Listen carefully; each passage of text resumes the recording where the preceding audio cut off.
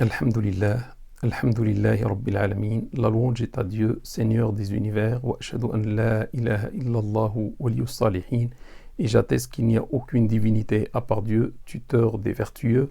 Wa ashhadu anna sayyidana wa habibana wa maulana Muhammadan Rasulullahi sadiqul amin. Et j'atteste que notre maître et bien-aimé Muhammad est l'envoyé de Dieu, sincère et véridique. Sayyidi, Amir al-Anbiya, maître émir des prophètes, sallallahu alayka adada nujum as-sama, que les prières de Dieu soient pour toi au nombre des étoiles du ciel, wa rimal as-sahra, et au nombre des sables du désert, wa awladi Adama wa Hawa, et au nombre de la descendance d'Adam et Ève. Amma ba'd, ayyuha al-ikhwatu wal-akhawatu fi l'islam. Après ceci, mes frères, mes sœurs en islam, ahbab al-habibi Muhammadin al-Mustafa, très cher au bien-aimé Muhammad al-Mustafa, alayhi afdalus salati wa azka salam, pour lequel on demande les meilleures prières et les hautes salutations. Une sœur m'a interrogé par écrit à propos de sa fille qui est lesbienne. Comment doit-elle se comporter avec elle? En tout cas, elle ne supporte plus la situation. La vie devient infernale. Il y a beaucoup de tensions au foyer. Pour cette raison, j'ai choisi de traiter ce sujet sensible dans ce rappel, parce que beaucoup de familles souffrent de problèmes avec les enfants, soit dans le domaine de l'homosexualité, soit dans la consommation du vin, la consommation de la drogue, la fornication, ou bien l'éloignement de l'islam, le refus de l'islam. Mon but, c'est de soulager mes frères et mes sœurs, de les apaiser, ces frères ou ces sœurs, ces parents qui sont éprouvés par un enfant qui commet l'une de ces désobéissances citées au début. Je vais traiter le sujet en plusieurs points, selon ce que j'ai compris de l'islam, à savoir ses grands principes, la miséricorde, l'amour, le pardon, la douceur, etc. Et malheureusement, le sujet sera long parce que je vais utiliser des arguments pour répondre à ceux qui sont laxistes et qui donnent eux aussi des arguments pour dire que l'homosexualité est licite en islam, halal, et pour répondre aussi à ceux qui prennent la dureté et qui demandent aux familles de faire l'infaisable, et qui eux aussi utilisent des arguments venant du Coran et de la Sunna. Tout cela bien sûr va allonger mon cours. Aussi souvent les familles musulmanes vivent dans les traditions qui souvent sont loin de l'islam, et donc ils attendent d'un imam comme moi de leur dire des choses fortes. Lorsqu'on va dire le contraire, ils ne vont pas adhérer. C'est pour ça que je vais utiliser des arguments pour convaincre mes frères et mes sœurs de ce que leur demande l'islam. Au dernier point, Inch'Allah, je vais parler du statut des parents. Sont-ils responsables ou pas du choix de leurs enfants? Le premier point, quel est le statut du lesbianisme ou de l'homosexualité en islam? Ça veut dire, est-ce haram ou est-ce halal, autorisé?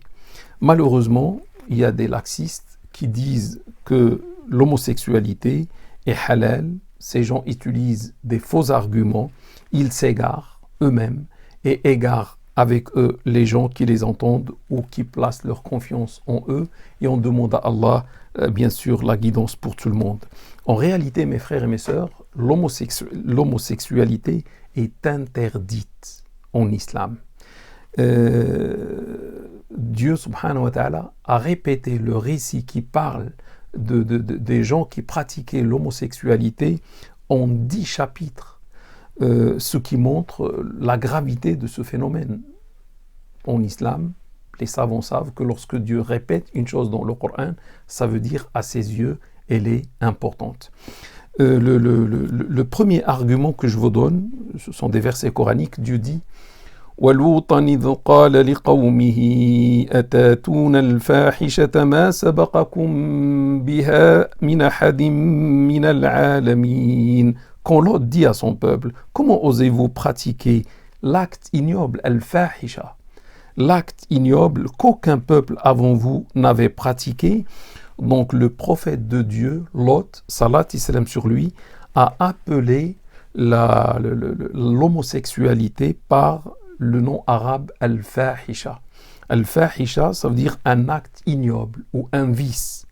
Et al-fahisha en arabe, c'est un acte mauvais qui dépasse toute mesure et c'est un péché majeur et non pas mineur. Si on dit fahisha, ça veut dire on dépasse les limites dans le haram. Donc si la relation entre l'homme et l'homme, la relation sexuelle entre l'homme et l'homme s'appelle, d'après Lot, salat et salam sur lui, un acte ignoble, par analogie, la relation entre la femme et la femme va être appelée acte ignoble aussi, par égalité entre l'homme et la femme. On ne peut pas dire à l'homme, si toi tu fais, ça va être un acte ignoble, mais si la femme fait, l'acte n'est pas ignoble. Donc par égalité, l'homosexualité ou le lesbianisme constituent les deux un acte ignoble, d'après ce verset coranique. Dieu dit dans un autre verset, mais cette fois-ci à propos de la fornication, de l'adultère, az-zina, وَلَا تَقْرَبُوا الزِّنَا إِنَّهُ كَانَ فَاحِشَةً وَسَاءَ سَبِيلًا. N'approchez pas la fornication, c'est en vérité un acte ignoble et une voie néfaste. Si Dieu subhanahu wa ta'ala, par ce verset-là et par d'autres, a interdit l'adultère, la fornication, et il a donné la cause, la illa, c'est un acte ignoble. Pourquoi l'adultère est haram? C'est un acte ignoble, c'est une fahisha. Et comme l'homosexualité, elle aussi, s'appelle un acte ignoble, donc l'homosexualité devient haram comme le zina, et on va dire que l'homosexualité est équivalente à l'adultère. Les deux constituent un acte ignoble. On ne peut pas, en islam, interdire un acte ignoble et laisser un autre acte qui est ignoble sans l'interdire. C'est de l'injustice. Donc, tout acte ignoble est interdit. L'argument, c'est Dieu qui dit dans un verset coranique قُلْ تَعَالَ وَاتْلُ مَا حَرَّمَ رَبُّكُمْ عَلَيْكُمْ. Dis-leur, venez donc. Il parle avec le prophète sallallahu alayhi wa sallam. Dis-leur, dis aux gens, dis-leur, venez donc que je vous énumère ce que Dieu vous a interdit. Il a cité quelques interdits et le quatrième c'est وَلَا تَقْرَبُوا الْفَوَاحِشَ مَا ظَهَرَ مِنْهَا وَمَا بَطَنَ. N'approchez pas les vices ou les actes ignobles apparents ou cachés, ou bien éloignez-vous des actes ignobles apparents ou cachés. Donc tout acte ignoble par ce verset coranique est interdit parce que Dieu a demandé aux croyants de s'éloigner de tous les actes ignobles. Et comme l'homosexualité ou le lesbianisme est qualifié par acte ignoble, donc il est interdit par ce verset coranique. Un deuxième argument, Dieu dit à propos de Lot, salat et salam sur lui, وَنَجَّيْنَاهُ مِنَ الْقَرْيَةِ الَّتِي كَانَتْ تَعْمَلُ الْخَبَائِثِ. Nous l'avons sauvé de la cité où se pratiquaient les mauvaises choses ou les choses abjectes. Donc Dieu, subhanahu wa ta'ala, il parle de Lot, qu'il a sauvé. Donc Dieu, subhanahu wa ta'ala, a considéré la sodomie ou l'homosexualité comme un acte abject. Maintenant, l'argument de l'interdiction, c'est le verset dans lequel Dieu s'adresse à Muhammad, salat et salam sur lui, et dit وَيُحِلُّ لَهُمُ الطَّيِّبَاتِ وَيُحَرِّمُ عَلَيْهِمُ الْخَبَائِثِ. Qui leur autorise, ça veut dire Muhammad, salat et salam sur lui, qui leur autorise tout ce qui est bon et leur interdit tous les actes mauvais ou bien abjects. Et comme l'homosexualité est considérée par Allah comme un acte abject, donc elle est interdite par le prophète sallallahu alayhi wa sallam, qui interdit tous les mauvais actes abjects et qui autorise ce qui est bon. Donc on a vu un verset qui a interdit l'homosexualité. On vient de voir un deuxième verset qui interdit tout acte object, mais Dieu déjà a qualifié l'homosexualité d'un acte object, donc c'est interdit. Le troisième argument, l'islam qui interdit toute relation extra-conjugale, toute relation sexuelle extra-conjugale. Dieu subhanahu wa ta'ala dit dans un verset coranique وَالَّذِينَ هُمْ لِفُرُوجِهِمْ حَافِظُونَ إِلَّا عَلَى أَزْوَاجِهِمْ أَوْ مَا مَلَكَتْ أَيْمَانُهُمْ فَإِنَّهُمْ غَيْرُ مَلُومِينَ فَمَنِ ابْتَغَى وَرَاءَ ذَلِكَ فَأُولَئِكَ هُمُ الْعَادُونَ. Il parle des croyants qui vont réussir le jour de la résurrection, qui vont avoir le succès. À un certain moment, il dit « Ceux qui s'abstiennent de tout rapport charnel, sauf avec leur conjoint, c'est-à-dire leur épouse, ou leurs esclaves, en quoi ils ne seront pas blâmés. Car seuls sont coupables de transgression ceux qui cherchent d'autres unions. » Ça veut dire ceux qui vont dépasser la relation avec l'épouse ou avec la femme esclave, qui sont des transgresseurs et qui commettent le haram. Je rappelle aussi que le mariage en islam a lieu uniquement entre l'homme et la femme. C'est la seule méthode qui ramène les enfants. L'argument de cela, c'est Dieu qui dit dans un verset coranique وَجَعَلَ لَكُم مِّنْ أَزْوَاجِكُم بَنِينَ وَحَفَدَةً. Et de vos conjoints, il vous donne des enfants et des petits-enfants. Et nous avons vu aussi que la relation entre l'homme et l'homme ou la femme et la femme est un acte abject, est un acte ignoble, interdit en islam. Donc toute relation en dehors du mariage, le mariage qui se fait entre un homme et femme est interdit. Toutes ces relations extra-conjugales sont interdites en islam. Le quatrième argument, ce sont des hadiths prophétiques qui interdisent l'œuvre ou l'acte des gens de Lot.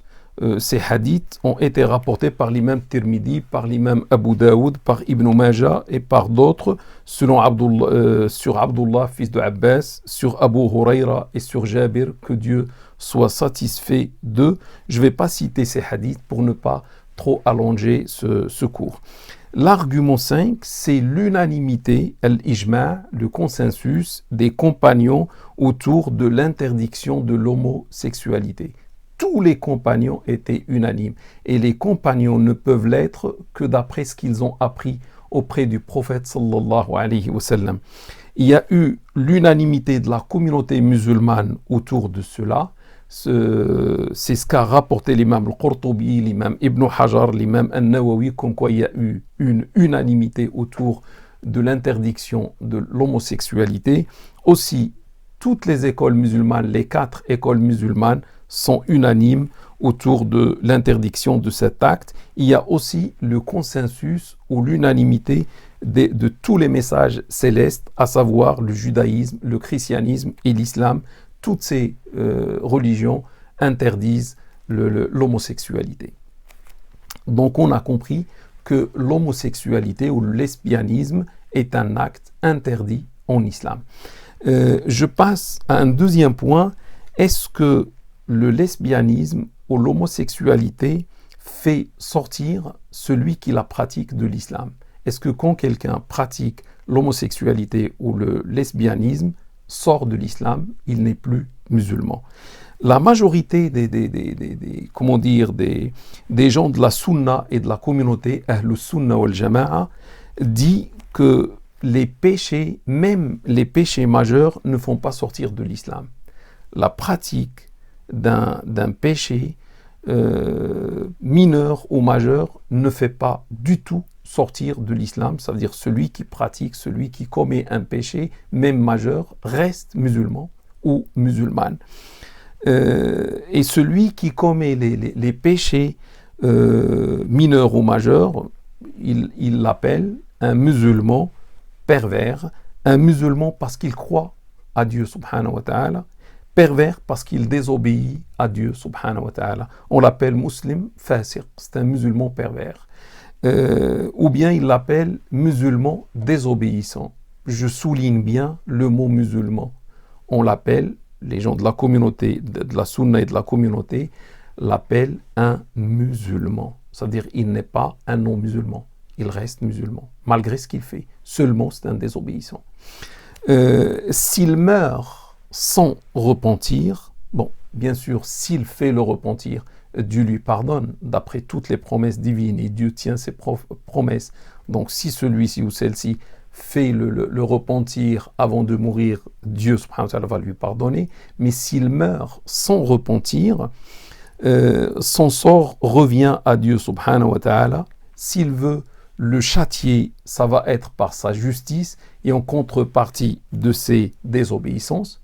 S'il veut l'absoudre ou lui pardonner, ça va être par sa générosité, par sa miséricorde. Donc il y a deux possibilités. Soit Dieu, s'il veut lui pardonner, il va lui pardonner par miséricorde. S'il veut le punir, il va le punir, mais par justice, à cause de ce qu'il a commis comme désobéissance.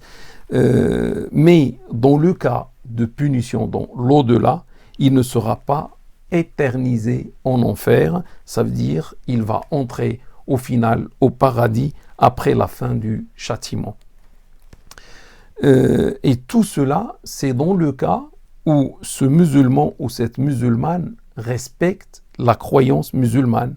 C'est quoi la croyance musulmane? Il y a certains péchés, certaines désobéissances, certains actes haram. Il faut au moins reconnaître que c'est haram. Donc, pour être musulman, il faut respecter la croyance musulmane.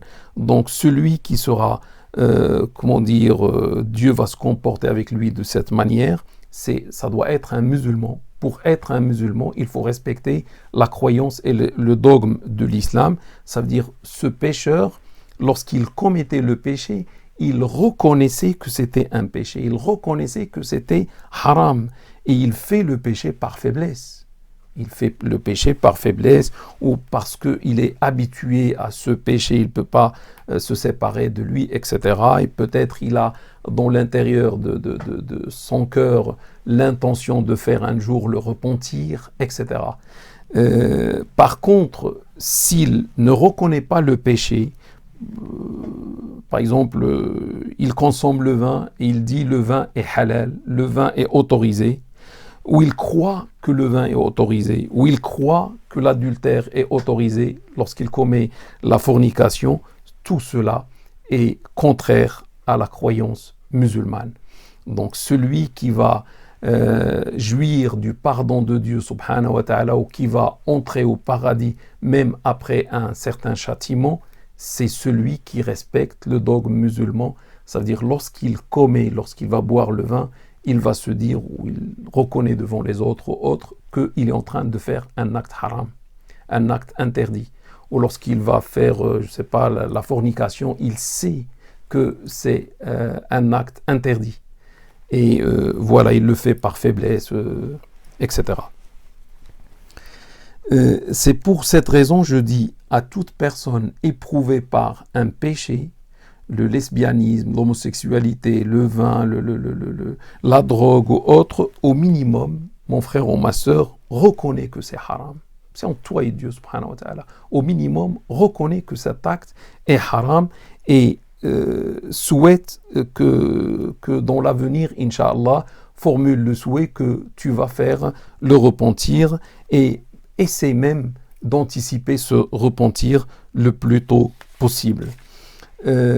Parmi les arguments de la majorité qui dit que celui qui commet un péché reste musulman, il y a le verset coranique dans lequel Dieu dit « Inna Allah la yaghfiru an yushraka bih wa yaghfiru ma duna dhalika liman yasha » Dieu ne pardonne point qu'on lui associe d'autres divinités, mais il pardonne à qui il veut les autres péchés, ça veut dire inférieurs à l'associationnisme.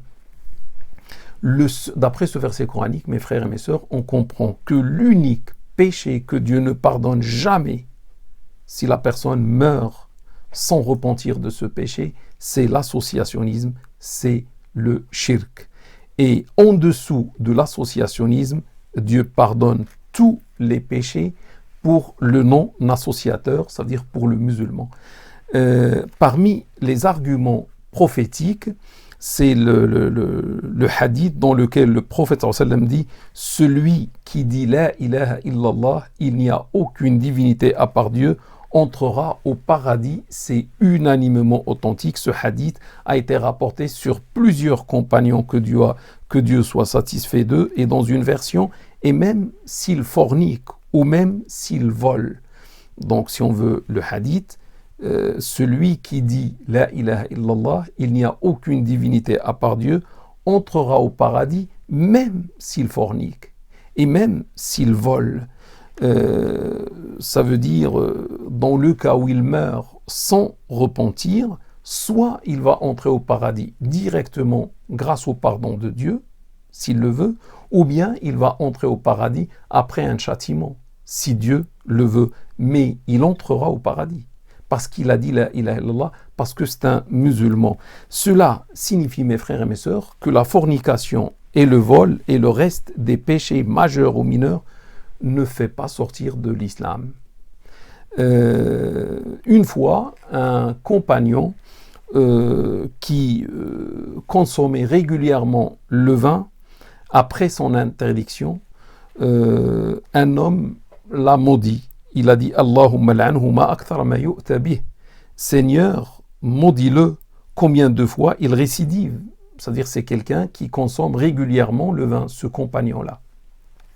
Le prophète sallam, lorsqu'il a entendu l'homme qui a maudit son frère, consommateur du vin, le prophète sallam a dit ne le maudissez pas. Par Allah, ce que je sais de lui, c'est quelqu'un qui aime Dieu et son messager, rapporté par Al-Bukhari. Donc, malgré que ce compagnon était régulier dans la consommation du vin, il n'est pas sorti de l'islam. L'argument, le prophète sallam, qui n'a pas accepté qu'on le fait de le maudire, et le prophète sallam a témoigné pour lui de la foi et de l'amour de Dieu et de son messager. Une autre fois, certains gens ont dit à un consommateur de vin, Akhzak Allah, que Dieu te rabaisse. Le prophète sallam leur a dit, ne dites pas ainsi. N'aidez pas le shaitan contre lui, rapporté par l'imam al-Bukhari. Donc, malgré que la personne récidivée, etc., a consommé le vin, le prophète a dit, n'aidez pas shaitan contre lui et ne dites pas que Dieu te rabaisse, alors qu'il commettait quelque chose qui est interdit en islam. Malheureusement, une minorité musulmane a divergé. Il s'agit des kharijites et des mu'tazilites, et ils ont traité celui qui commet le haram ou qui commet les péchés majeurs de mécréants. Bien sûr, ça reste un avis marginal parce que la majorité des gens de la sunna et de la communauté voient autrement. Celui qui commet le péché est toujours musulman, mais c'est désobéissant. Cette minorité l'a qualifié de mécréant. C'est un avis bien sûr qui reste marginal. Malheureusement, les terroristes d'aujourd'hui ou à travers l'histoire se sont basés sur ce genre d'avis marginal pour faire leur acte terroriste et pour tuer les musulmans, parce que d'abord, ils les traitent comme mécréants à cause de leurs péchés ou parce que les musulmans gardent le silence vis-à-vis de ceux qui commettent le péché dans leur pays. À la fin, mes frères et mes sœurs, je dis que le voleur, le fornicateur, l'homosexuel, la lesbienne, le consommateur du vin, de la drogue, etc., sont tous des musulmans. Malgré leur désobéissance à Dieu subhanahu wa ta'ala, cela est très très très important pour la suite, mes frères et mes sœurs. Et on ne doit pas, et on n'a pas le droit de les traiter de mécréants. C'est pas parce que quelqu'un consomme le vin, ou parce que quelqu'un est homosexuel ou lesbienne ou autre, on a le droit de le traiter de mécréant. Et d'après des hadiths prophétiques authentiques, celui qui qualifie un musulman de mécréant, c'est lui qui devient mécréant. Pour montrer le danger d'accuser quelqu'un de mécréance. Il n'est pas autorisé aussi le fait de les maudire. On a vu le prophète qui a dit à quelqu'un de ne pas maudire son frère qui consommait le vin. Il n'est pas autorisé de les insulter, ni de faire des doigts, des invocations contre eux. Tels sont les ordres du prophète sallallahu alayhi wa sallam. Toute personne qui désobéit à Dieu, on n'a pas le droit de la maudire, de l'insulter, de faire des invocations contre elle, ou bien de la traiter de mécréante. Elle reste musulmane. Le troisième point que je veux aborder aussi, est-ce que les parents ont le droit de se comporter vis-à-vis de la fille lesbienne comme ils veulent, selon les coutumes, selon la tradition de leur pays d'origine ou autre? Est-ce qu'on a le droit, on a une lesbienne, est-ce qu'on peut faire ce qu'on veut vis-à-vis de cette fille-là? La réponse, non, mes frères et mes sœurs. Les parents doivent suivre les ordres de Dieu et de son messager s'ils sont réellement des croyants. L'islam signifie la soumission à Dieu. Ne pas obéir à Dieu ou à son messager est un péché majeur.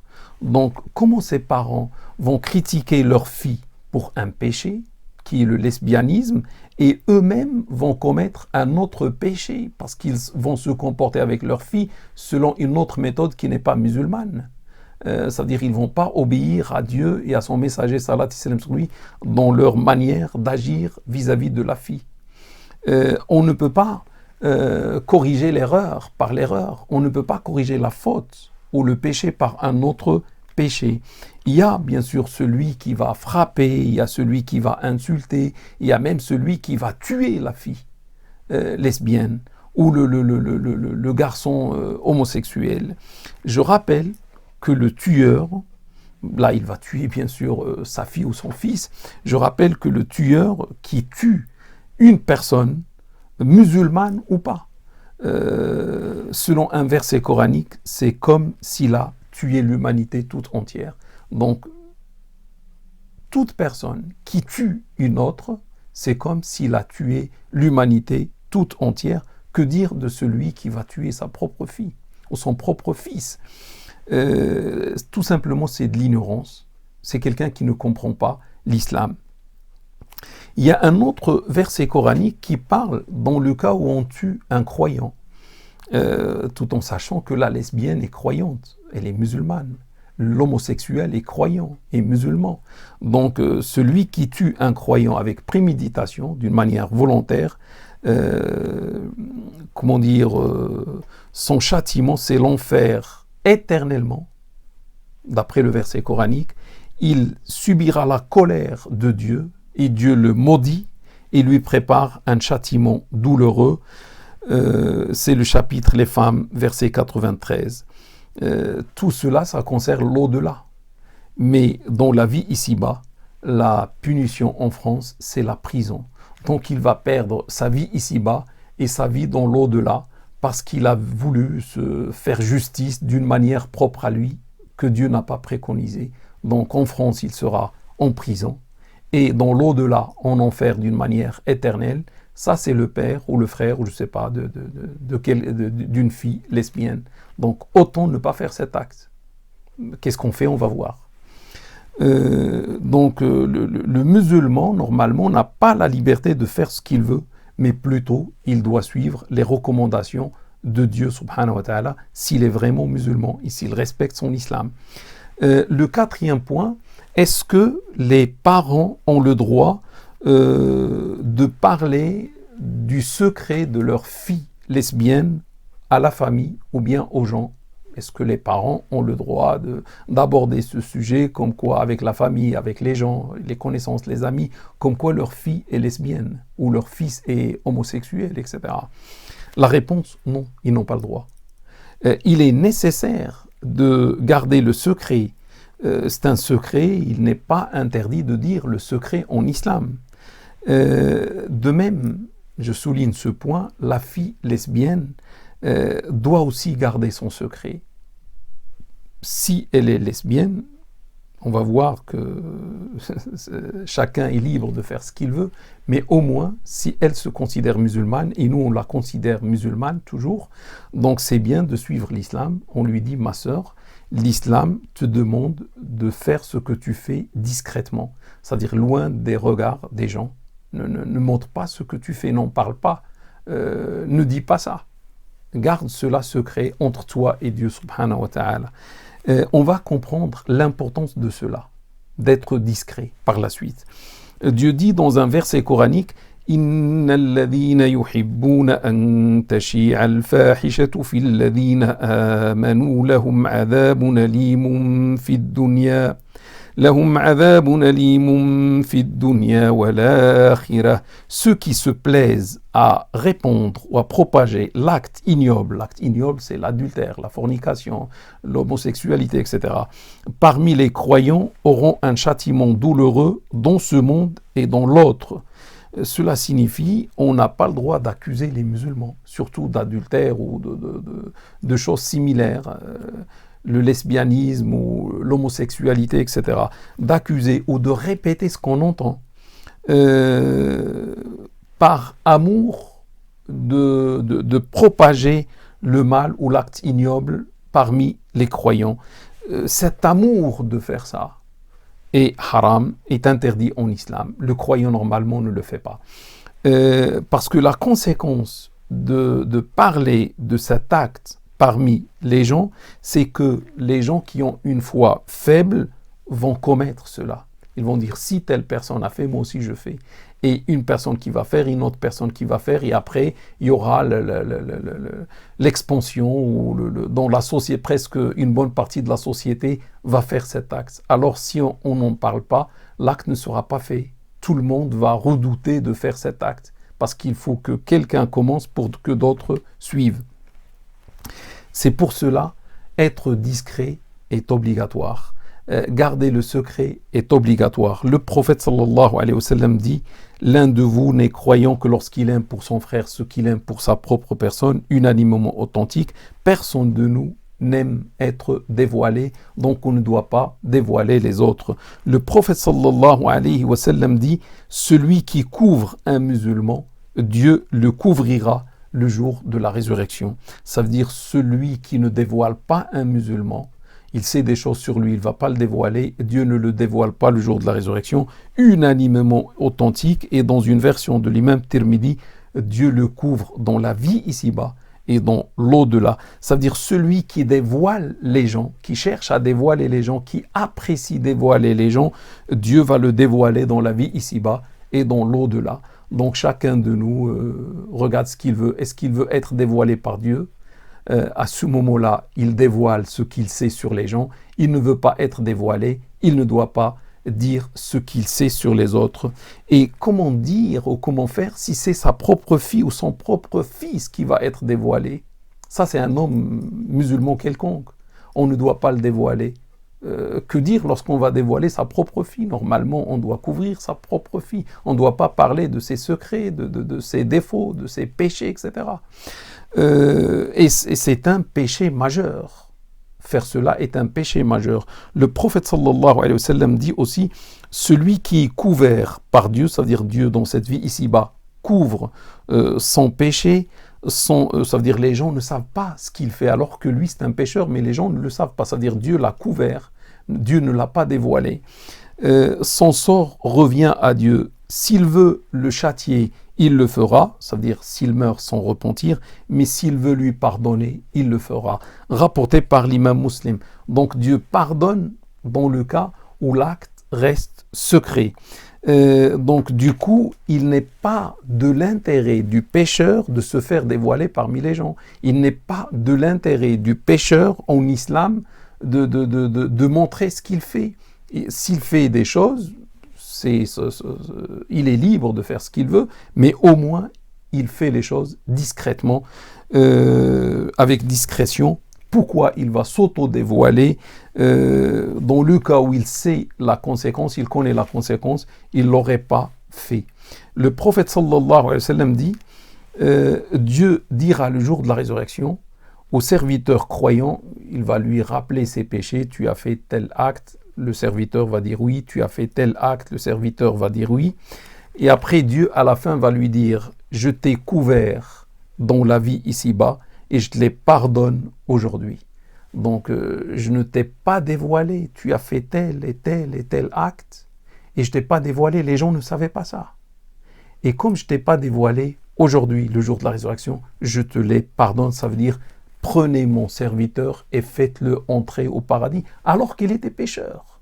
Unanimement authentique, rapporté par Bukhari et par Muslim. Ça veut dire, mes frères et mes sœurs, les savants ont compris de ce hadith que celui qui est couvert par le secret de Dieu dans cette vie ici-bas, il fait des choses. Mais les gens ne le savent pas. C'est un signe que Dieu va lui pardonner s'il le veut le jour de la résurrection, Inch'Allah. Et le contraire, ça veut dire le contraire.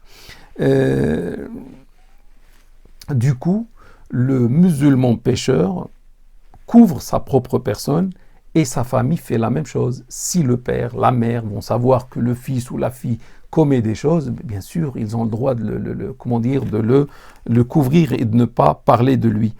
Mais peut-être, dans ce point, l'ignorant qui a peu de science va dire non, on doit appliquer la punition sur lui, sur le pécheur.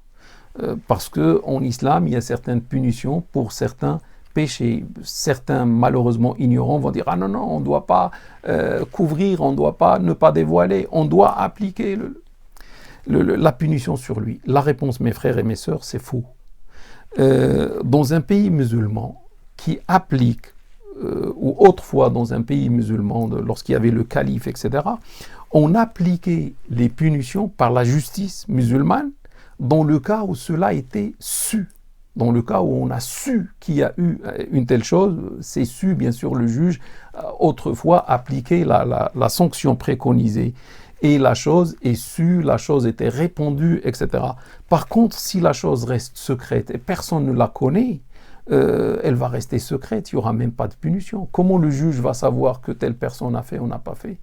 Donc, qu'est-ce que les gens faisaient à l'époque ? Ceux qui pratiquaient les péchés par faiblesse, etc., ils ne parlaient pas aux gens, ils faisaient ça discrètement et personne ne les connaît. Et ça, c'est une miséricorde de Dieu vis-à-vis de ces pécheurs, parce qu'avec le temps, il se peut que le pécheur va commettre le repentir à Dieu subhanahu wa ta'ala et Dieu va lui pardonner ce qu'il a fait. Et personne ne sait, c'est entre lui et Dieu subhanahu wa ta'ala.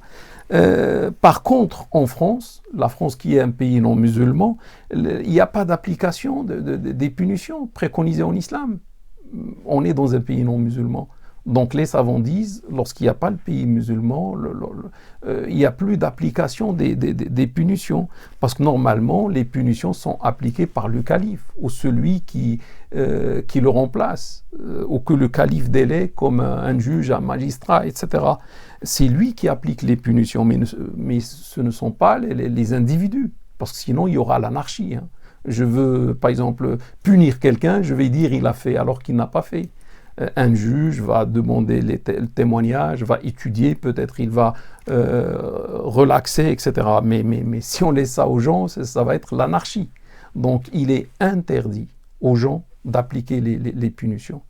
Ça reste l'affaire d'un calife ou celui qui le remplace. Ici en France, il n'y a pas d'application. Celui qui commet des choses, un jour peut-être il va faire le repentir et Dieu lui pardonne et point final. Cinquième point, est-ce que les parents ont le droit de chasser la fille lesbienne de chez eux ? C'est une fille lesbienne, elle fait l'infaisable d'après la tradition, etc. Donc on ne va pas la garder. Est-ce que les parents ont le droit de faire ça ? La réponse, non, mes frères. Les parents ne doivent pas faire ça. C'est leur fille. C'est une fille musulmane quand même. On a dit, elle est musulmane, elle n'est pas non musulmane. Et c'est leur fille. Elle n'a pas de parents à part ses parents. À elle, la jeter à l'extérieur, c'est un acte qui l'encourage à faire plus d'actes ignobles. Elle va se sentir plus libre encore que si elle reste avec les parents, chez les parents. Et peut-être va, avec cet acte, par haine à l'égard des parents qui l'ont jetée, peut-être elle va même quitter l'islam à cause d'eux. Ils seront la cause de cette fille qui va quitter à jamais l'islam. Il vaut mieux que cette fille lesbienne reste avec ses parents. Ou n'importe quelle fille qui commet n'importe quel autre péché, ou n'importe quel fils qui commet n'importe quel autre péché. On a cité au début beaucoup de péchés. Il vaut mieux garder l'enfant avec ses parents. Je rappelle, mes frères et mes sœurs, comme argument que Noé, salat et salam sur lui, n'a pas chassé sa femme, qui était mécréante. Il l'a gardée chez lui. Il vivait avec une femme mécréante. Il n'a pas chassé son fils, qui était mécréant lui aussi. Il a gardé son fils avec lui, alors que les deux étaient mécréants. Mécréant, ça veut dire c'est l'associationnisme, c'est le plus grand péché. Ce n'était pas un péché moins que la mécréance. Et malgré ça, Noé, salat et salam sur lui, a gardé sa femme et son fils. Et malgré ça, Dieu a cité ça dans des versets coraniques, pour nous dire, voilà, comment Noé a fait, alors que c'était un grand prophète. Plutôt, le verset dit, lorsqu'il y a eu le déluge, Noé a dit à son fils, qui était mécréant, Ya bunayya irkab ma'ana wa la takum ma'al kafirin. Mon fils, monte avec nous, ne reste pas avec les impies. Qui ne lui a pas dit, ô mécréant, monte avec nous. Il a dit, mon fils. Parce que même s'il est mécréant, c'est son fils. Donc il a préféré lui dire, mon fils. Et c'est normal, il va dire mon fils. C'est son fils. Donc, il a voulu garder ce lien familial. Il a voulu sauver son fils. Il lui dit, malheureusement, le fils a refusé. Mais ce qui nous intéresse, c'est l'acte fait par nous. Il n'a pas jeté son fils. Il n'a pas chassé son fils. Il n'a pas banni son fils. Il n'a pas coupé avec son fils. Sachez, mes frères et mes sœurs, qu'un hadith authentique dit, La yadkhulul jannata qati' n'entrera pas au paradis un coupeur. Celui qui coupe la relation familiale, le lien parental, etc. Celui qui coupe le lien parental ne rentre pas au paradis. Donc il ne faut pas couper avec la fille. L'autre aussi n'a pas chassé sa femme qui était mécréante. Plutôt, il l'a gardée jusqu'à ce que le châtiment les a séparés. Les enfants de Jacob, salat et salam sur lui, sont restés avec leur père alors qu'ils ont commis un acte, un crime. Ils ont jeté leur petit frère Joseph dans le puits, salat et salam sur lui, et ils l'ont vendu à des Égyptiens. Lorsqu'ils sont revenus chez le père, ils ont menti, comme quoi c'est le loup qui a mangé Joseph, salat et salam sur lui, et malgré ça, ils sont restés chez le père. Et le père ne les a pas mis dehors, et Dieu n'a pas informé Dieu de cet acte pour qu'il ne les mette pas dehors. Le prophète salat et salam sur lui, notre prophète Mohammed salat et salam sur lui, n'a pas quitté son oncle, Abu Talib, qui était un associateur jusqu'à la mort. Il était à côté de lui pendant l'agonie. Et il l'appelait à l'islam. Il lui disait dis la ilaha illallah et je te défendrai le jour de la résurrection. Donc, si Mohammed salat et salam sur lui n'a pas quitté son oncle malgré son associationnisme et malgré que le shirk, l'associationnisme, est un péché majeur, impardonnable, comment les parents vont quitter leur fille pour un péché majeur, mais qui est inférieur à l'associationnisme, un péché que Dieu pardonne normalement? Pourquoi on va quitter une fille alors qu'elle commet un péché pardonnable par Dieu, qui peut être pardonné par Dieu subhanahu wa ta'ala?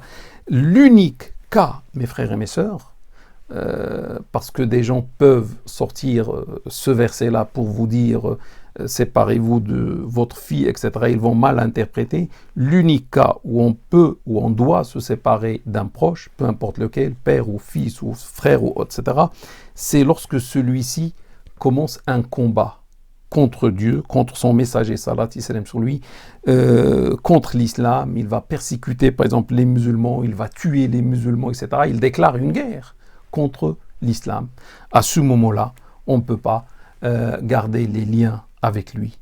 Dieu dit dans un verset coranique La tajidu qawman yuminuna billahi wal yawmil akhir yuwadduna man hadda Allah wa rasulahu ولو كانوا آباءهم أو أبناءهم أو إخوانهم أو عشيرتهم. Tu ne verras jamais ceux qui croient en Dieu et au jour dernier, sympathiser avec ceux qui s'insurgent contre Dieu, qui combattent Dieu et son messager, fussent-ils leur père, leur fils, leur frère ou leur tribu. Donc là, Dieu parle des associateurs de l'époque qui combattaient Dieu, qui combattaient le messager de Dieu. Les musulmans ne devaient pas sympathiser avec eux, même s'ils étaient leur père ou leur frère, etc., parce ils sont associateurs, ils ont déclaré une guerre contre Dieu. La fille, la lesbienne, n'est pas une associatrice, n'est pas une non-musulmane, elle n'a pas déclaré une guerre contre Dieu et son messager. Et peut-être elle aime Dieu et elle aime son messager, seulement par faiblesse, je ne sais pas, ou par choix, elle est lesbienne. Donc on ne peut pas dire qu'elle combat, qu'elle est en train de combattre Dieu ou son messager.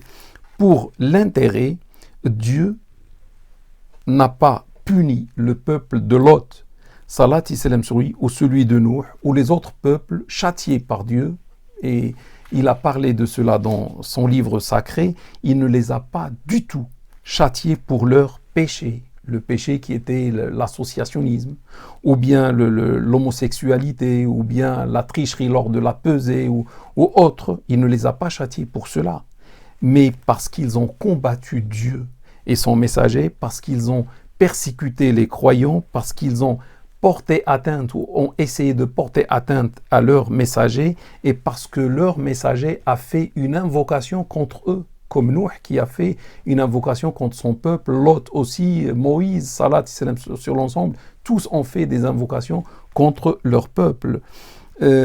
Sinon, il n'y a aucun châtiment dans cette vie ici-bas, pour un péché ou pour l'associationnisme. Tout cela se fait dans l'au-delà et non pas dans la vie ici-bas. Bon, vous allez dire, et pourquoi Dieu n'a pas châtié le peuple de Mohammed, les gens de la Mecque, pourquoi il n'a pas anéanti toute la Mecque? Parce que le prophète n'a pas fait une invocation contre son peuple. Lorsqu'il était dans une situation où il pouvait faire, il a dit: Seigneur, pardonne à mon peuple, car ils ne savent pas. Allahumma salli wa sallim wa barik ala sayyidina Muhammad. 6. Donc vous voyez, c'est pas parce que la fille ou le fils commet un péché qu'on le jette. Ça, c'est pas autorisé. 6. La méthode du comportement, comment on se comporte avec la fille lesbienne ou homosexuelle ou autre. Il y a plusieurs points. Le premier, n'oublions pas, mes frères et mes sœurs, que Dieu a anobli tous les enfants d'Adam. Il dit: وَلَقَدْ كَرَّمْنَا بَنِي آدَمَ. Nous avons certes anobli ou honoré les enfants d'Adam. Donc tout enfant d'Adam est anobli, honoré par Allah Ta'ala wa Tabarak. Qu'il soit musulman ou non musulman, qu'il soit obéissant ou qu'il soit pécheur. Dieu n'a pas dit: nous avons certes honoré les enfants pieux ou vertueux d'Adam. Il a dit tous les enfants, qu'ils soient pieux, non pieux, pervers, etc. Tout le monde est anobli par Allah Ta'ala wa Tabarak, musulman ou non musulman, pécheur ou pas. Donc chaque être humain, mes frères et mes sœurs, d'après ce verset, a une dignité. Et il faut respecter cette dignité-là que Dieu lui a donnée. Cette fille lesbienne a une dignité parce que c'est une fille d'Adam. Il s'agit d'un être humain qui a sa propre dignité et on doit respecter sa dignité par respect, par obéissance à la volonté de Dieu qui a anobli, qui a honoré tous les enfants d'Adam. Le deuxième point, c'est la liberté. Dieu subhanahu wa ta'ala a voulu que l'être humain soit libre dans ses actes, et c'est pour ça Dieu a voulu que l'être humain soit responsable de ses actes devant Dieu. Et c'est pour ça qu'il lui a offert la liberté. Il n'y a pas de responsabilité devant Dieu si on est privé de la liberté, s'il n'y a pas de liberté. Donc cette fille lesbienne, Dieu a voulu qu'elle soit libre. Et avec sa liberté, elle fait ce qu'elle veut. Mais lorsqu'elle fait ce qu'elle veut avec ses propres choix libres, elle est responsable devant Dieu le jour de la résurrection. Parce que justement, Dieu lui a donné dans cette vie ici-bas la liberté, et avec sa liberté a fait des choix, donc elle doit assumer ses choix. devant Dieu subhanahu wa ta'ala. Et nous, êtres humains, on ne peut pas lui retirer sa liberté. On ne peut pas lui retirer une liberté offerte par Dieu subhanahu wa ta'ala. Dieu dit dans un verset coranique La ikraha fid din, nulle contrainte dans la religion. On ne peut pas contraindre les gens à être musulmans ou à pratiquer l'islam. Chacun pratique comme il veut ou ne pratique pas, ou chacun fait ce qu'il veut. C'est Dieu qui a voulu cette liberté.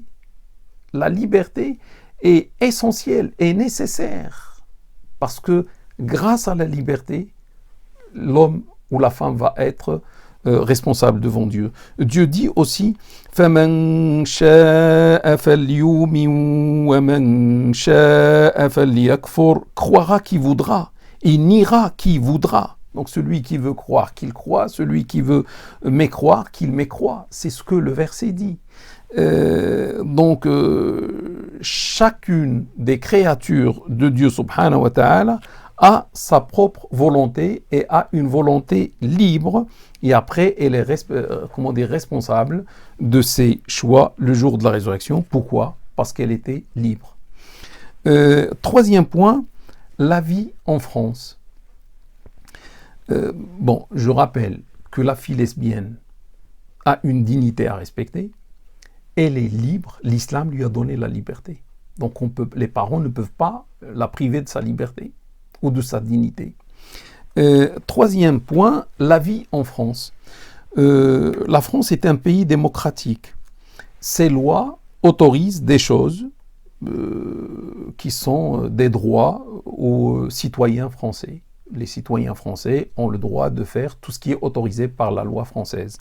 Et par exemple, la loi française autorise de manger le porc, de vendre le porc, etc., de consommer le vin, de pratiquer ou d'être homosexuel, d'être lesbienne. Tout ça, c'est garanti par la loi française. La loi française autorise ce genre d'actes. Mais tous ces actes sont interdits en islam, sont autorisés par la loi française. La France qui est un pays laïque et démocratique, etc. Mais ces choses autorisées par la France sont interdites en islam. Seulement la France n'impose à personne, à aucun de ses citoyens de faire ces choses. La France n'impose à personne de manger le porc ou à boire le vin ou à être homosexuel ou autre. Mais par contre, les citoyens français sont libres de faire ce qu'ils veulent dans le cadre de la loi française.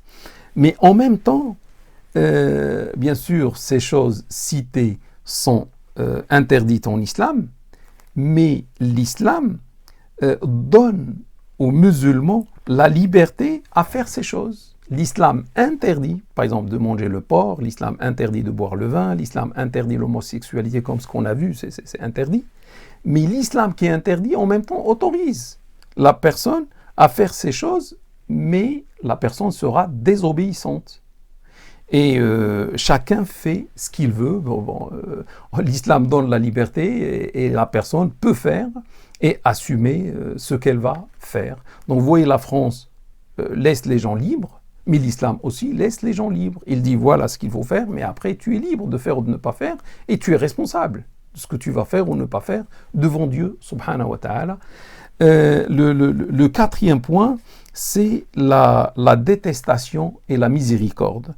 Les parents doivent détester le péché qui est le lesbianisme ou l'homosexualité. Tout musulman, normalement, déteste cet acte parce qu'il est interdit en islam et c'est un acte ignoble ou abject selon ce que dit l'islam. Donc on déteste cet acte. Donc les parents doivent détester l'acte, mais en même temps, ils doivent avoir dans leur cœur une miséricorde vis-à-vis de leur fille. Dans l'acte pratiqué par la fille, on le déteste, mais on ne déteste pas la fille. La fille, les parents doivent avoir une miséricorde, une pitié à son égard. C'est leur fille. Ils doivent faire tout pour sauver leur fille. Et qu'est-ce qu'ils peuvent faire pour sauver la fille? La seule solution se trouve dans le repentir de la fille. Dieu dit à propos du repentir et de ce genre d'acte majeur, Dieu dit dans un verset coranique قل يا عبادي الذين أسرفوا على أنفسهم لا تقنطوا من رحمة الله. Dis aux mes serviteurs qui avaient commis des excès à votre propre détriment, ne désespérez pas de la miséricorde divine. Dis aux mes serviteurs qui avaient commis beaucoup de haram. Vous avez exagéré dans le domaine du haram. Ne désespérez pas en la miséricorde de Dieu ou de la miséricorde de Dieu subhanahu wa ta'ala. Inna Allah yaghfiru dhunuba jami'a innahu huwal ghafurur rahim. En vérité, Dieu absout tous les péchés, c'est-à-dire tous les péchés qui sont inférieurs à l'associationnisme. On a vu tout à l'heure que l'associationnisme, Dieu ne le pardonne pas. Mais tous les péchés, Dieu les pardonne, bien sûr, en cas de repentir. Car il est l'absoluteur et le miséricordieux. Mon frère ou ma sœur, jamais tu n'arrives à convaincre ta fille à faire le repentir, parce qu'avec le repentir, il n'y aura plus de péché, comme si elle n'a jamais pratiqué l'homosexualité ou un autre péché. Tu ne peux pas convaincre ta fille à faire à accomplir le repentir avec la violence. Crois-moi, avec la violence, tu ne réussiras pas. Avec les insultes non plus. Seulement, la fille va se braquer, la fille va détester ses parents. Ni par le fait de l'exclure de la maison, de la bannir, de la chasser de la maison. Mais plutôt, tu peux atteindre cet objectif, le repentir, mon frère ou ma sœur, avec la miséricorde, avec la douceur. Le prophète sallallahu alayhi wa sallam dit, Dieu est doux. Et il aime la douceur dans tous les domaines, lorsqu'il dit dans tous les domaines, dans ce domaine aussi, à se comporter avec sa fille, qui désobéit à Dieu. On se comporte avec douceur. Dieu est doux. Et normalement, on doit être à l'image de Dieu. Si Dieu est doux, on doit être doux. Si Dieu pardonne, on doit pardonner. Si Dieu est miséricordieux, on doit être miséricordieux, etc. Si Dieu est juste, on doit être juste. Unanimement authentique, tu peux, mon frère ou ma sœur, atteindre ce but, à ce que ta fille se repente, par le dialogue doux, le dialogue calme, pas le dialogue avec des cris, par les invocations sincères. Tu t'adresses à Allah quand tu es seul, et tu verses quelques larmes entre ses mains, et de demander son aide. Si tu ressens, frère ou sœur, que tu es dépassé par les événements, dirige-toi vers le Tout-Puissant. Dirige-toi vers le guide, Al-Hadi, qui guide les gens, afin qu'il guide pour toi ton enfant. Et n'oublie pas que Dieu dit dans un verset coranique Innaka la tahdi man ahbabt. Certes, tu ne guides pas celui que tu aimes. Walakin Allah yahdi man yasha. Mais c'est Allah qui guide qui il veut. Donc sache, frère ou sœur, que tes cris, ta violence, tes insultes et tout ce que tu vas faire ne va pas guider ta fille. Et sache que tout ce que tu vas faire rentre dans le domaine des causes, des moyens, des sabab. Tout ce que tu fais, ce sont des moyens. Et sache que lorsque tu vas faire des moyens que Dieu t'a demandé de faire, ces moyens seront bénis par Allah Ta'ala wa Tabarak, et il y a une chance que tu arrives à ton but, parce que Dieu va bénir tes moyens. Les moyens, c'est la miséricorde, la douceur, le dialogue, etc. Et sache aussi que cette situation par laquelle tu passes n'est qu'une épreuve venant de Allah Ta'ala, à la fois pour toi et pour ta fille ou ton fils. Dieu t'a éprouvé pour voir comment tu vas agir vis-à-vis de ta fille. C'est tout. Il est avec toi, il te voit, il t'entend 7 sur 7, 24 sur 24. Est-ce que tu vas être croyant, obéissant à Allah dans ton comportement vis-à-vis avec ta fille, ou bien est-ce que tu vas t'éloigner, tu vas même dépasser les limites autorisées en islam et tu vas être un transgresseur et un pécheur. Un jeune est venu chez le prophète sallallahu alayhi wa sallam, il lui a demandé de lui donner l'autorisation de commettre l'adultère. Le jeune veut forniquer et il vient vers le prophète Mohammed sallallahu alayhi wa sallam pour demander l'autorisation. Une autorisation spéciale pour lui, pour commettre Donc, les compagnons se sont énervés contre lui. Le prophète ne s'est pas énervé. Regardez, on doit être comme le prophète ne s'est pas énervé. il a noué un dialogue avec ce jeune égaré, avec douceur, avec calme, sans cri, sans violence, mais avec des arguments. Il lui dit, est-ce que tu aimes cela à ta maman? Est-ce que tu aimes cela à ta sœur, à ta fille, que ta fille ou ta sœur ou ta maman fornique? Chaque fois, le jeune disait non. Et à la fin, il lui dit, mais si toi, tu n'aimes pas ça pour ta maman, ta fille ou ta sœur, les autres aussi n'aiment pas ça pour leurs femmes proches. Et à la fin, il lui a fait un dua, une invocation. Le hadith dit, le jeune s'est éloigné complètement de l'adultère. Rapporté par l'imam Ahmed.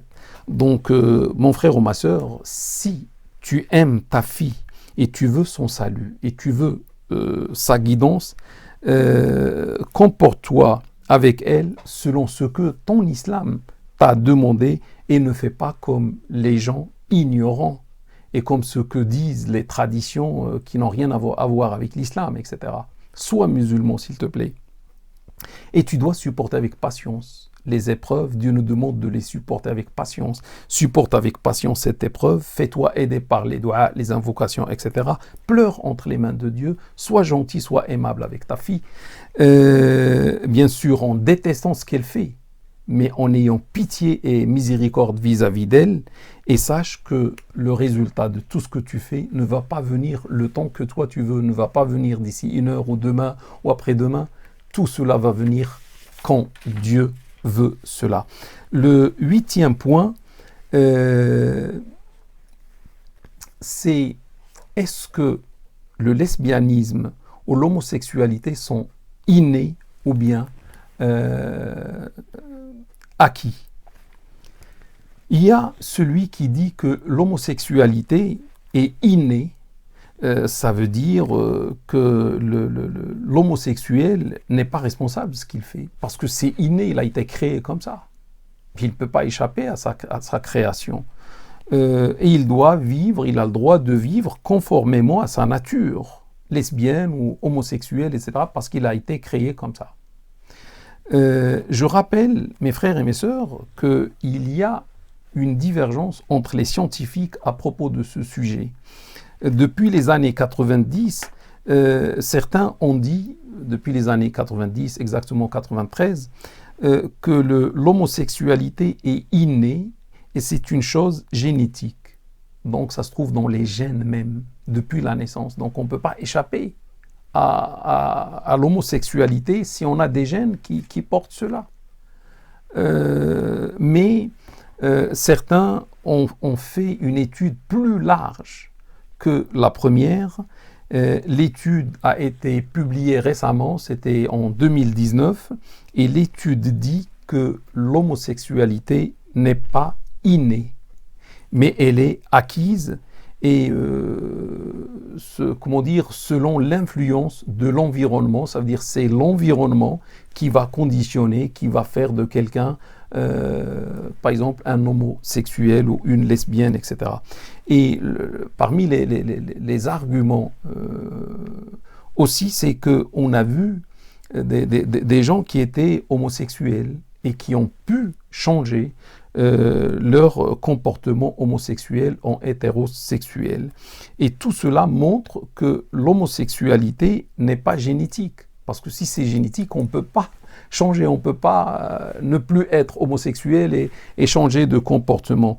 Je dis aussi que ce dernier avis de ces scientifiques qui disent que l'homosexualité n'est pas innée et comme quoi ça vient de l'environnement, etc., est conforme avec l'islam.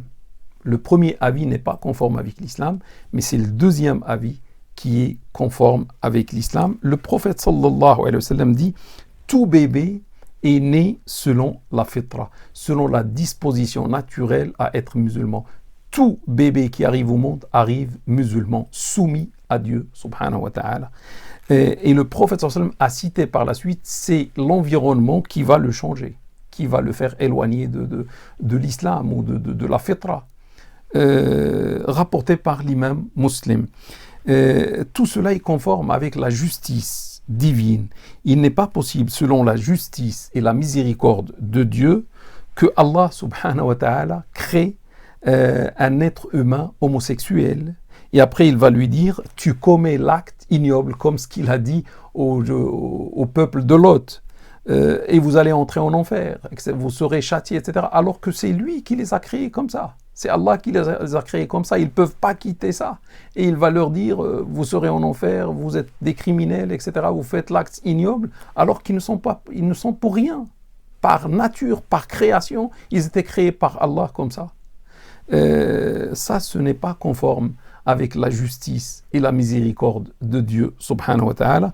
On a vu que l'homme ou l'être humain est responsable selon ce que lui choisit avec sa liberté.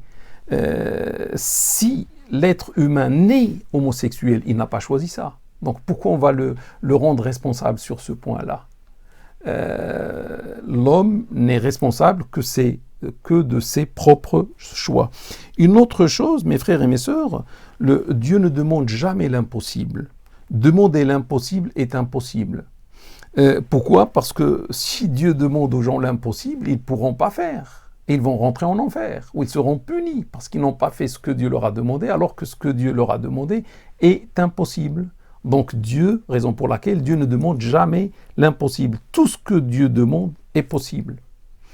Donc si l'islam demande à l'associateur de renoncer à son associationnisme, ou demande aux sorciers de renoncer à la sorcellerie, aux voleurs de renoncer au vol, etc., ou bien aux homosexuels de renoncer à l'homosexualité, ça veut dire Dieu leur demande ce qui est possible et ne leur demande pas l'impossible. Et ça veut dire il est possible pour tous ces gens-là de changer, pour obéir à leur Seigneur, Allah Ta'ala wa Tabarak. Et c'est pour ça on a vu dans l'histoire que les gens ont quitté l'associationnisme alors qu'on ne pouvait pas parier sur ça. Lorsqu'ils étaient associateurs, on disait jamais ils vont quitter l'associationnisme. Ils ont quitté le vin, etc.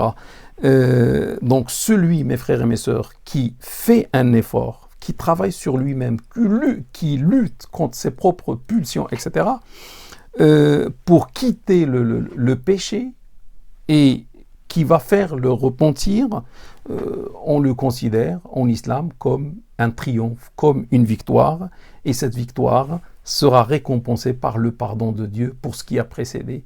La personne a fait des choses dans le passé, mais à un certain moment, elle a décidé de changer, de faire un effort. Elle a triomphé contre elle-même, donc Dieu récompense ses efforts par le pardon après le repentir.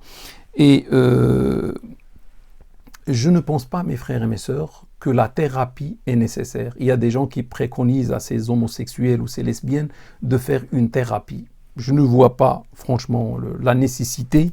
Tous les gens n'ont pas la capacité de suivre une thérapie, de payer une thérapie, etc. À travers l'histoire, les gens ont fait le repentir sans thérapie.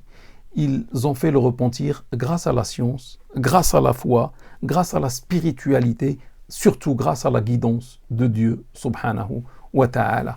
Le 9e et dernier point, est-ce que les parents sont responsables du péché de leur enfant ou de la désobéissance de leur enfant? La réponse, le prophète sallallahu alayhi wa sallam a dit: chacun de vous est responsable, et chacun de vous est responsable ou chacun de vous sera interrogé dans le cadre de sa responsabilité. Kullukum ra' wa kullukum mas'oulun an ra'iyati. Chacun de vous est responsable et chacun de vous sera interrogé, c'est-à-dire par Dieu, à propos de sa responsabilité, unanimement authentique, Bukhari et Muslim. Et après, le prophète a expliqué que l'homme et la femme, les deux, sont responsables de leurs enfants. Donc l'éducation des enfants est nécessaire, est une obligation en islam et est une adoration aussi en islam. Si les parents ont bien assuré l'éducation de leurs enfants lorsque ces enfants étaient à l'âge de l'éducation, et après par la suite l'enfant, lorsqu'il va devenir majeur, il va commettre le péché ou la désobéissance, les parents ne sont pas responsables parce qu'ils ont assuré l'éducation. Dieu dit dans un verset coranique وَلَا تَزِرُ وَازِرَةٌ وِزْرَ أُخْرَى. Nul n'aura à assumer les fautes d'autrui. Adam, par exemple, salat et salam sur lui, n'est pas responsable du crime de son fils qui a tué son frère. Noé, salat et salam sur lui, n'est pas responsable de la mécréance de sa femme ou de la mécréance de son fils. Lot, salat et salam sur lui, n'est pas responsable de la mécréance de son épouse. Jacob, salat et salam sur lui, n'est pas responsable du crime commis par ses enfants lorsqu'ils ont jeté Joseph, salat et salam sur lui. Et ça, c'est la justice de Dieu, subhanahu wa ta'ala. Si on a bien élevé et éduqué nos enfants, on n'est pas responsable. Nos enfants sont responsables eux-mêmes de ce qu'ils font. Et nous, on n'est pas responsables. Donc, on doit les accompagner avec ce qu'on a dit, la miséricorde, etc. Et on doit essayer de les aider à faire le repentir avec douceur, avec argumentation, etc. Mais on ne doit pas nous sentir responsables. Parce que si on se sent responsable, peut-être on va mal agir. Et on va corriger le péché par un péché plus grave. Si on dit qu'on n'est pas responsable, on va les accompagner, on va essayer de les sauver sans se considérer responsables. Par contre, si les parents ont failli ou bien ont négligé l'éducation de leurs enfants à l'âge de l'éducation ou pendant la période où il fallait les éduquer quand ils étaient enfants, et par la suite, les enfants vont commettre le péché à l'âge majeur. À ce moment-là, bien sûr, ces parents ont commis un péché. Le péché, c'est de ne pas éduquer les enfants. Ils n'ont pas éduqué les enfants et à cause de ça, peut-être les enfants sont en train de désobéir à Dieu subhanahu wa ta'ala. Là, les parents sont responsables. Là, les parents ont commis un péché. Et on a vu que tout pécheur a le droit au repentir. Donc je propose à ces parents qui ont négligé l'éducation de leurs enfants de faire le repentir le plus tôt possible. Et on a vu que Dieu pardonne tous les péchés qui sont inférieurs à l'associationnisme. Et négliger l'éducation des enfants, c'est un péché majeur, mais c'est inférieur à l'associationnisme. Et si on fait le repentir, Dieu nous pardonne. J'espère, mes frères et mes sœurs, que ce rappel va profiter à beaucoup de gens qui ont des enfants, qui ont des parents, qui a une épouse, qui a un mari, toute personne qui souffre de quelqu'un qui est proche et qui est cher à lui.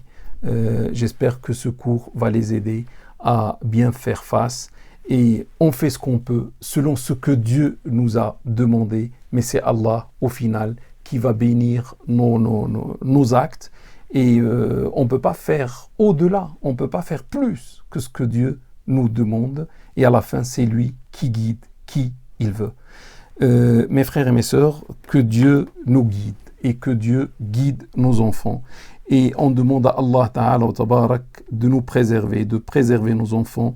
On demande à Allah d'augmenter notre foi. On demande à Allah Ta'ala wa Tabarak de nous mener vers le droit chemin qui mène vers le paradis.